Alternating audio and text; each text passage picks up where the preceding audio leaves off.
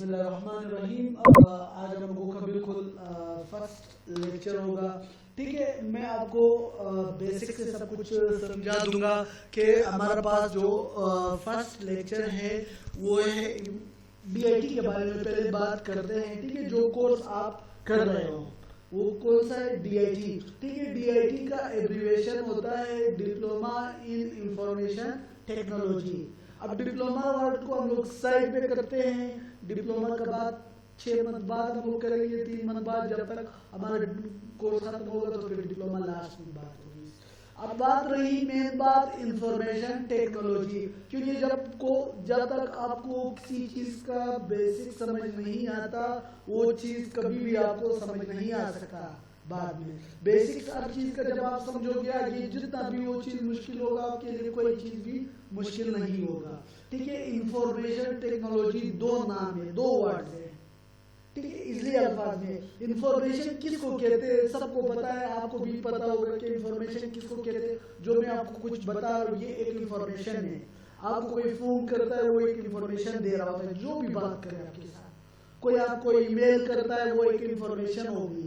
यानी जो डेटा आपको मिलती है वो इंफॉर्मेशन होती है। ठीक है, चाहे जिस तरह भी फॉर्मेट में हो, चाहे डेटा आपके पास लिखा हुआ मिले, वीडियो की फॉर्मेट में मिले, ऑडियो की फॉर्मेट में मिले, या फिर आपके पास किसी और भी फॉर्मेट में आपको जिस तरह भी डेटा मिले वो हमारे पास होता है इंफॉर्मेशन। ठीक है, अब टेक्नोलॉजी किसे कहते हैं?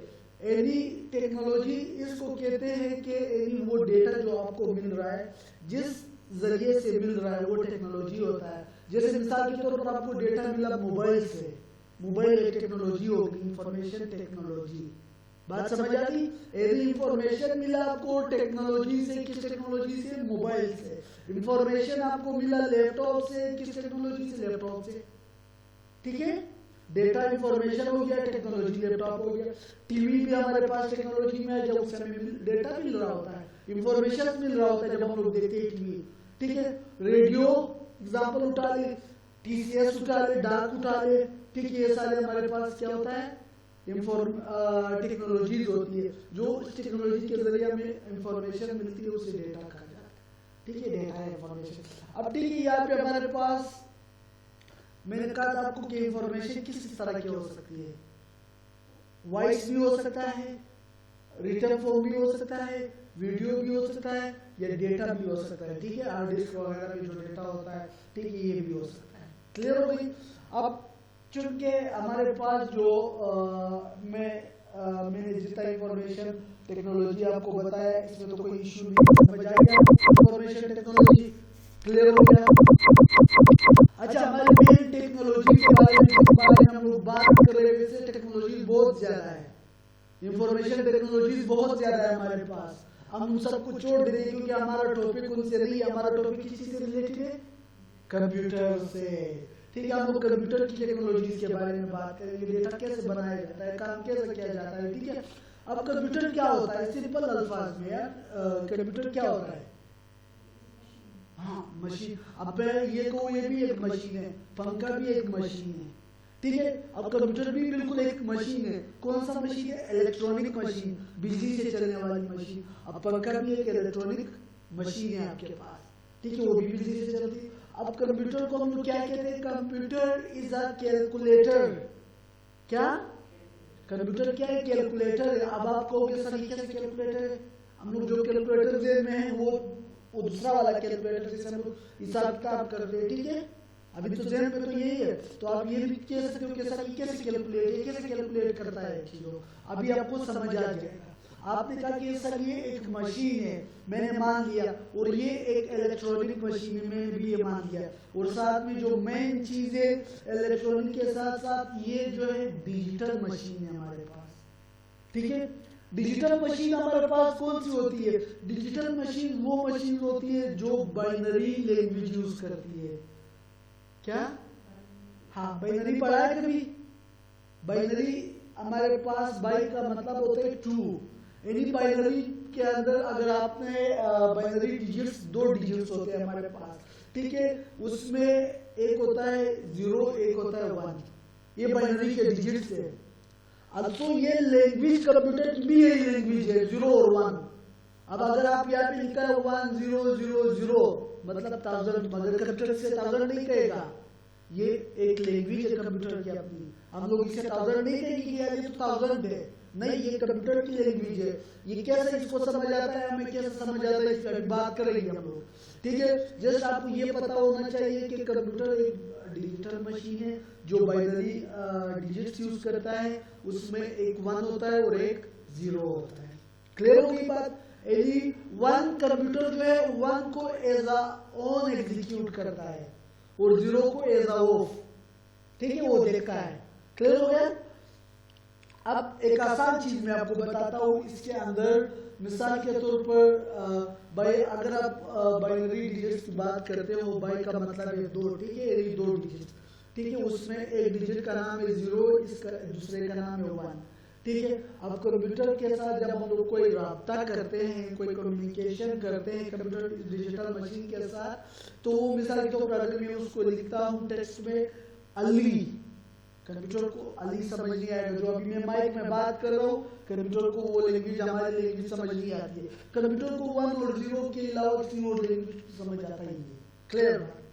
अब आपको मिसाल के तौर पर बलोची आती है, मुझे उर्दू आती है, ठीक है। अब आपको बलोची के अलावा कोई जबान नहीं आता है और मुझे उर्दू के अलावा कोई जबान नहीं है। अब मैं और आप एक दूसरे से बात कर सकते हैं? नहीं कर सकते। अब हम लोग बीच में किसी बंदे को बिठा देते हैं जिसको बलोची भी आती है और उर्दू भी, ठीक है। वो आपसे पहले आप बलोची में उसको बोलेंगे, वो सुनेगा, फिर वो उर्दू में मुझे जवाब देगा।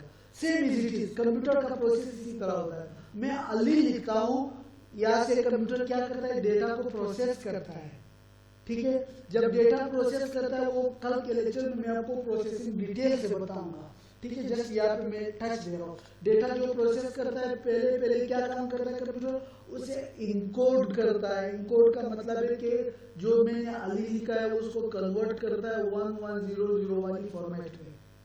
क्लियर? अब जैसे उसने कन्वर्ट कर दिया, फिर वो पढ़ेगा कि भाई यूजर ने क्या भेजा था, कहाँ भेजना है, ये सब कुछ पढ़ेगा। जब ये वापस मुझे रिस्पॉन्स देगा, ये बहुत फास्टेस्ट प्रोसेस होता है, बहुत ज्यादा फास्टेस्ट होता है, आपकी देर से भी ज्यादा तेज होता है, ठीक है। अब ये क्या करता है कंप्यूटर, वापस मुझे रिप्लाई देगा। अगर मुझे 1100 वाली फॉर्मेट में रिप्लाई दे, मुझे समझ आएगा? अगर 1100 वाले फॉर्मेट में आपको वापस जवाब दे दे, नहीं आएगा समझ, ठीक है। कंप्यूटर क्या करता है, वापस उसको डीकोड कर देता है, यानी हमारे लैंग्वेज में वापस कन्वर्ट करके जो चीज मैंने लिखा था उसी लैंग्वेज में कन्वर्ट करके मुझे दिखा देता है। क्लियर हो गया? कंप्यूटर ने अपने समझने के लिए अपने लैंग्वेज में कन्वर्ट कर दिया, वापस मुझे दिखाने के लिए मेरी लैंग्वेज में दिखा दिया। क्लियर हो गया तक बात? अभी आपको यहाँ पे एक और चीज भी समझ आएगी, यानी कि मैं कंप्यूटर के अंदर एक वीडियो भेजता हूँ, इसको कैसे पता चलता है कि यार इसकी साइज इतनी है, 2 GB है, 5 MB है, 10 MB है, ठीक है। इसको कैसे पता चलता है कंप्यूटर को? एक क्वेश्चन आ गया, एक पिक्चर का साइज, एक फाइल का साइज कैसे पता चलता है? इस तरह पता चलता है, मैं बता रहा हूँ। जैसे मैंने कंप्यूटर के अंदर कोई वीडियो भेज दिया, मैंने कहा सबसे पहले कोई भी डेटा जब सिस्टम के अंदर जाता है तो वो कन्वर्ट हो जाता है 1100 वाली फॉर्मेट, ठीक है। अब कंप्यूटर का आपको ये भी समझ आएगा कि कैलकुलेटर क्यों है, ये दोनों सवालों का जवाब आपको इसमें मिल जाएगा। जब ये 110 वाली फॉर्मेट में कन्वर्ट हो जाएगी, कंप्यूटर का सबसे छोटा मेमोरी का नाम है बिट, ठीक है। यानी एक 1 या एक 0 एक बिट का इक्वल होता है, ठीक है। अब अगर मैं आपको बोल दूं 1000 कितने बिट हो गए?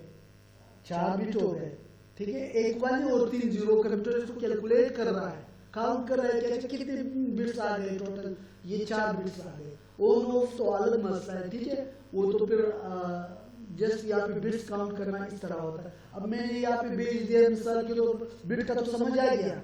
अब ये आपको यूनिट का पता है क्या होता है? यूनिट का पता है?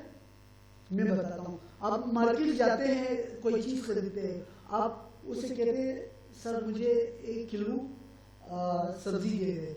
आप ये भी बोल सकते हैं कि सर 1000 ग्राम, ठीक है, 1000 ग्राम बोल सकते हो ना, बात तो एक है। मगर क्या है, ये इजली अंडरस्टैंडिंग के लिए, एक दूसरे को समझने के लिए यूनिट बनाए जाते हैं।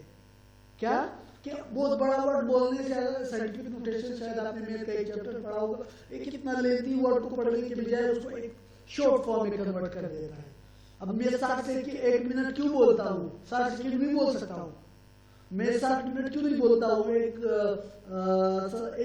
60 मिनट भी बोल सकता हूँ, 1 घंटा भी। हम 1 घंटा क्यों बोलते हैं?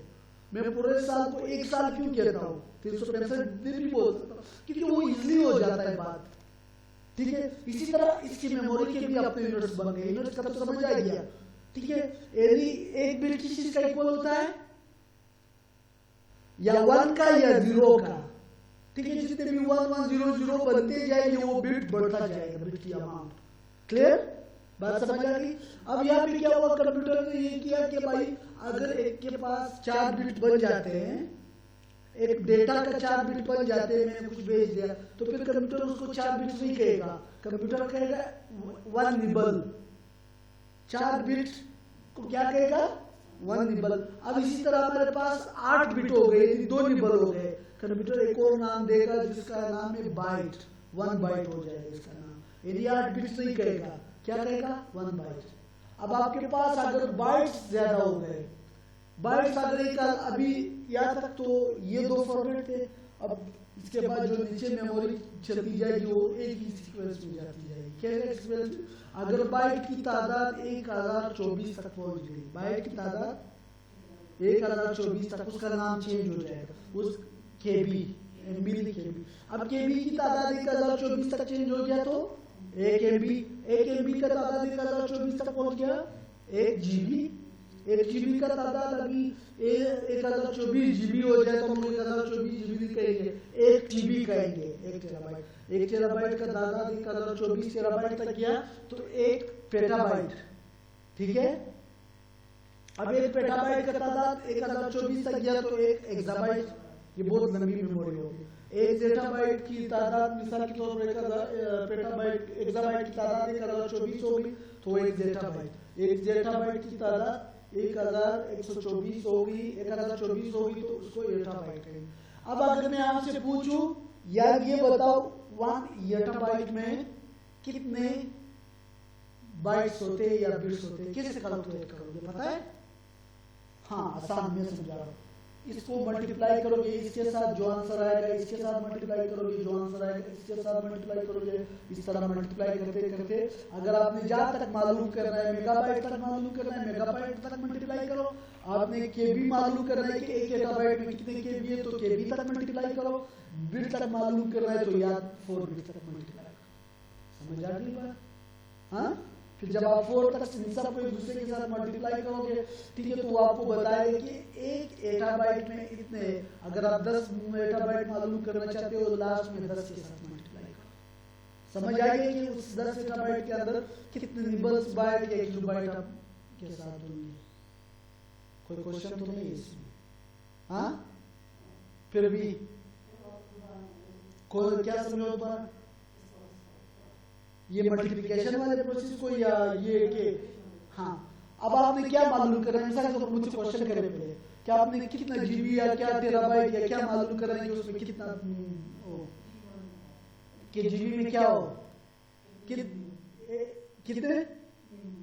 कितने जीबी में? 100 जीबी में। गुड, आपने मालूम करना है 100 जीबी में एमबी मालूम करना है। ठीक है, अब आपने क्या करना है, 100 जीबी मालूम करना है। 100 मल्टीप्लाई बाई क्या करोगे, 1024 एमबी करोगे। 100 मल्टीप्लाई बाई 1024 एमबी। ठीक हो गया? यानी 100 मल्टीप्लाई बाई 1024, 100 मर्तबा क्या होगा आपके पास, 1024 एमबी मल्टीप्लाई होगा। क्लियर? ये देखो, मैं ऐसे कैलकुलेटर लगाता हूं, अभी आपको समझ आ जाएगी। ठीक है, ये देखो 100 जीबी हमारे पास। ठीक है, मल्टीप्लाई बाय आपने ये मालूम करना है कि कितने एमबी हो। 8 जीबी में 1000 कितने होते हैं, 1024 एमबी होते हैं। ठीक है, मैं मल्टीप्लाई करूंगा, ये 100 जीबी हो गया आपके पास, और आर के अंदर 1024 एमबी होते हैं। टोटल एमबी मुझे पता चल जाएगा कि 10,24,2400। ठीक है, समझ आ गया? अगर आप चाहते हो कि नहीं मैंने बाइट्स मालूम करना है, केबी मालूम करना है, 10 जीबी का केबी मालूम करना है, ठीक है, इसी को फिर हम लोग क्या करेंगे, वापिस 24 से मल्टीप्लाई करेंगे, क्योंकि यहाँ तक KB मालूम किया था, अब KB मालूम करेंगे। 1024 से तो इतना KB हो, ये 10 GB है। अगर आपने मिसाल के तौर पर बिट्स मालूम करना है, ठीक है, क्या करोगे आप यहाँ से, पहले बाइट्स में आना है फिर बिट्स में आना है। इसको पहले मल्टीप्लाई बाय 1024 करोगे, फिर मल्टीप्लाई बाय 8 कर दोगे, यानी इतने बिट्स होते हैं। समझ आ गया? जैसे हम लोग एक घंटे में मैं बोलता हूँ कितने सेकंड होते हैं, अब पहले क्या करोगे 3 घंटे में, अब करोगे 3 मल्टीप्लाई बाय 33 जाओगे, पहले 3 मल्टीप्लाई बाय किस चीज के साथ करोगे, मिनट के साथ करोगे 60, ठीक है, फिर मल्टीप्लाई बाय 60 दोबारा, क्योंकि 1 मिनट में 1 घंटे में 60 मिनट होता है, फिर हर मिनट में 60 सेकंड होता है, यानी 3 मल्टीप्लाई बाय 60 मल्टीप्लाई बाय 60 तो आपको 3 घंटे का ये सब पता चलेगा कि कितने सेकंड होते हैं। क्लियर हो गई अभी बात? अच्छा, लास्ट आज का हार्डवेयर एंड सॉफ्टवेयर। ठीक है, हार्डवेयर क्या होता है कंप्यूटर के अंदर, ये टच में दे रहा हूँ, ठीक है। हार्डवेयर आपने सुना होगा, यही हर उस चीज को हम लोग हार्डवेयर कहते हैं जिसे हम लोग टच कर सकते हैं या महसूस करते हैं, या ठीक है। ये देखो, ये हार्डवेयर, माउस, कीबोर्ड, इसके अंदर जितना भी डेटा हो वो हार्डवेयर। अब इसके अंदर एक चिप लगा हुआ है वो हार्डवेयर, हार्ड डिस्क हार्डवेयर, यानी जिस चीज को हम लोग टच कर सकते हैं, को टच करते हैं तो वो हार्डवेयर हो गया, ठीक है। ये input devices, output devices, memory, CPU, ये कल का लेक्चर है, ठीक है। ये वैसे ही यहाँ पे बता रहा है कि ये भी सारे हार्डवेयर है आपके पास, ठीक है। इनपुट आउटपुट का कल आपको क्लियरली मैं डिटेल से बता दूंगा। अब सॉफ्टवेयर क्या होता है? सॉफ्टवेयर वो होता है जिसे हम टच नहीं करते हैं, अक्सर हम इसे हार्डवेयर के जरिए इस्तेमाल करते हैं। जैसे ये सामने आपके पास MS वर्ड ओपन है, कोई गेम होता है, कोई वीडियो होती है, ये सारे सॉफ्टवेयर होते हैं, इनसे देख सकते हैं। क्या आप वीडियो को टच कर सकते हो? अंदर नहीं कर सकते हो। अगर आप टच करोगे तो स्क्रीन को टच करते हो, ठीक हो गया। अब सॉफ्टवेयर के अंदर इसे कहा कि भाई 2 टाइप्स होते हैं, एक सिस्टम सॉफ्टवेयर होता है, एक एप्लीकेशन होता है, ठीक है। अब सिस्टम का क्या मतलब, ये एक सिस्टम है ना, यानी वो सॉफ्टवेयर जो सिस्टम को चलाता है, सिस्टम के लिए जरूरी होता है। जैसा विंडो ऑपरेटिंग सिस्टम के बगैर ये सिस्टम ऑन होता है तो वो सिस्टम सॉफ्टवेयर में आएगी। इसी तरह और भी सॉफ्टवेयर होते हैं, ड्राइवर वगैरह, जिससे ये सिस्टम चलता है, तो उस सॉफ्टवेयर को हम लोग सिस्टम सॉफ्टवेयर कहेंगे। अब एप्लीकेशन सॉफ्टवेयर होता है जो यूजर को जरूरत हो, कंप्यूटर में होने ना होने से कंप्यूटर को कोई असर नहीं होता है। जैसे कोई गेम हो गया, ये MS वर्ड हो गया, प्रोग्राम हो गया, वीडियो हो गया, यानी ये वो वाले सॉफ्टवेयर है जिसको यूजर का जरूरत है, जो यूजर को जरूरत हो, ठीक है। इसको हम लोग क्या कहेंगे, एप्लीकेशन सॉफ्टवेयर। क्लियर हो गई? अब ये सारे लेक्चर में कोई क्वेश्चन या फिर कुछ एग्जांपल दीजिए एप्लीकेशन सॉफ्टवेयर के, ठीक है। इंटरनेट ब्राउजर, डेटाबेस, ये सारे इसकी एग्जांपल है। ये देखो, ये जो है सिस्टम सॉफ्टवेयर की एग्जांपल है, ठीक है। जैसे ऑपरेटिंग सिस्टम और यूटिलिटीज, बाकी चीजें। ऑपरेटिंग सिस्टम किसको कहते हैं? विंडो को, ठीक है। ये हार्डवेयर है हमारे पास, ठीक हो गया। ये इनके जो है अभी जो मैंने बताया आपको उर्दू में, ये इनके डिफरेंसेस है, सिस्टम सॉफ्टवेयर और एप्लीकेशन सॉफ्टवेयर। क्लियर हो गई बात? कोई क्वेश्चन तो नहीं? हाँ, इसी जगह पे वाइंड अप करते हैं। अच्छा था।